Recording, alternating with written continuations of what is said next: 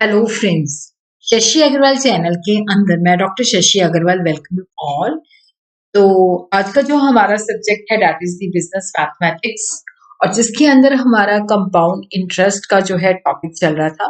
तो उसके अंदर आज हम करेंगे बहुत ही important topic, nominal and effective rate of interest, जिसके अंदर से लॉन्ग क्वेश्चन में भी आ जाता है और शॉर्ट क्वेश्चन में भी आ जाता है।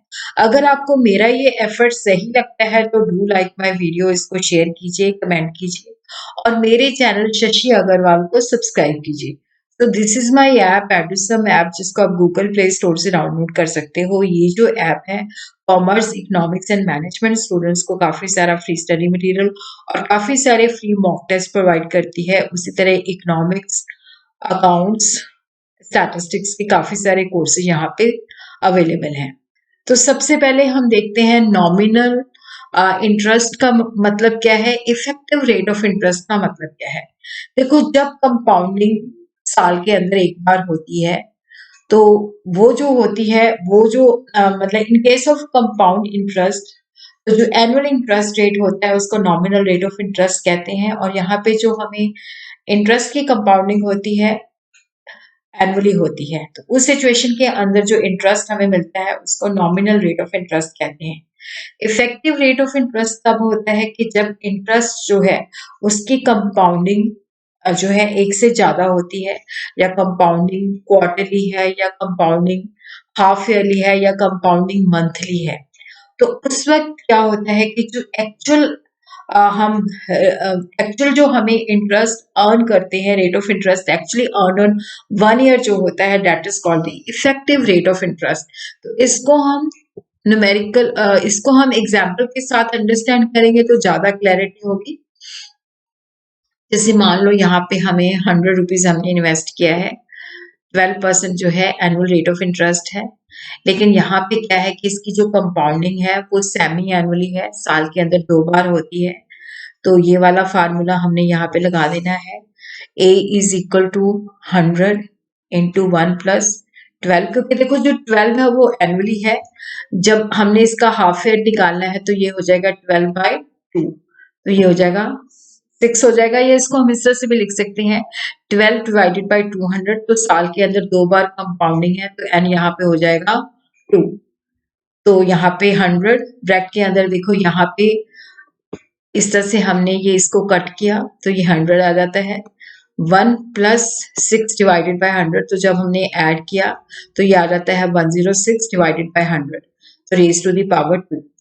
तो इसका अर्थ होता है कि जब हमने ब्रैकेट को खोल लिया 100 इंटू, तो इसको हम इस तरह से भी लिख सकते हैं, 106 को 100 से डिवाइड कर दो तो 1.06, तो इसको हमने 2 बार मल्टीप्लाई किया, 1.06 इंटू 1.06।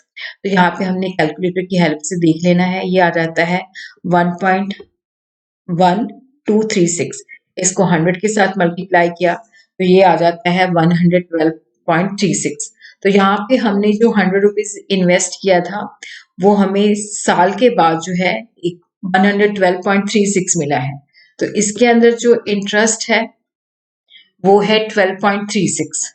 देखो, जो नॉमिनल रेट ऑफ इंटरेस्ट है वो है 12%, जो इफेक्टिव रेट ऑफ इंटरेस्ट है वो है यहाँ पे हमें 12.36, क्योंकि जो हमने पूरे साल के अंदर एक्चुअल में रेट अर्न किया है दैट इज 12.36।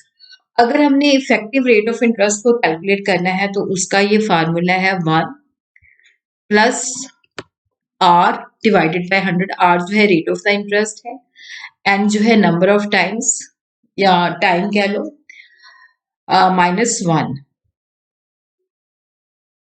तो अब हम कुछ क्वेश्चन जो है इसके साथ रिलेट करेंगे ताकि इसको अच्छी तरह से अंडरस्टैंड कर सके। If the annual nominal rate of interest is 6%, then find the effective interest rate equivalent when it is compounded quarterly. Also find if the interest is compounded monthly. इसके अंदर देखो दो क्वेश्चन है, एक तो है कि जब कंपाउंडिंग जो है क्वार्टरली है, एक है कि जब कंपाउंडिंग मंथली है। तो पहले हम फर्स्ट पार्ट करते हैं, जिसके अंदर क्या है कि क्वार्टरली कंपाउंडिंग है और साल के अंदर होते हैं 4 क्वार्टर। तो यहाँ पे रेट ऑफ इंटरेस्ट जो है 6% पर एनम है। क्वार्टरली रेट ऑफ इंटरेस्ट, क्योंकि क्वार्टर के हिसाब से इसको 6/4% आ जाएगा। और 1 ईयर के अंदर क्या होता है कि 4 क्वार्टर होते हैं, तो n इज इक्वल टू 4। हमने यहाँ पे फार्मूला लगा लेना है। तो ये इफेक्टिव रेट ऑफ इंटरेस्ट का फार्मूला है, इसके अंदर हमने वैल्यूज डाल देनी है। 1 plus 6 divided by 400 raise to the power 4 minus 1। तो यहाँ पे हमने 400 का एलसीएम ले लेना है, तो ये आ जाएगा 406 divided by 400 raise to the power 4 minus 1। तो 406 को हमने कैलकुलेटर की सहायता से 400 से डिवाइड कर देना है, तो ये आ जाएगा 1.015 रेज टू द पावर 4, तो माइनस 1।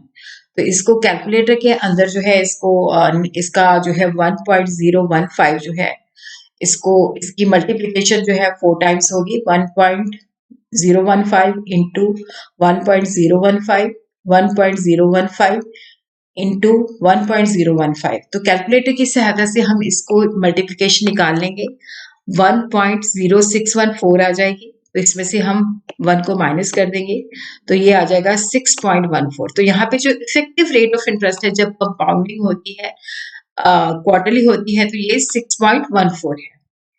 अब हम दूसरा पार्ट देखते हैं, जिसके अंदर क्या है, मंथली कंपाउंडिंग है। तो रेट ऑफ इंटरेस्ट हमें एनुअल दे रखा है, तो इसको पहले हम मंथली रेट ऑफ इंटरेस्ट के अंदर कंपाउंडिंग कन्वर्ट करते हैं।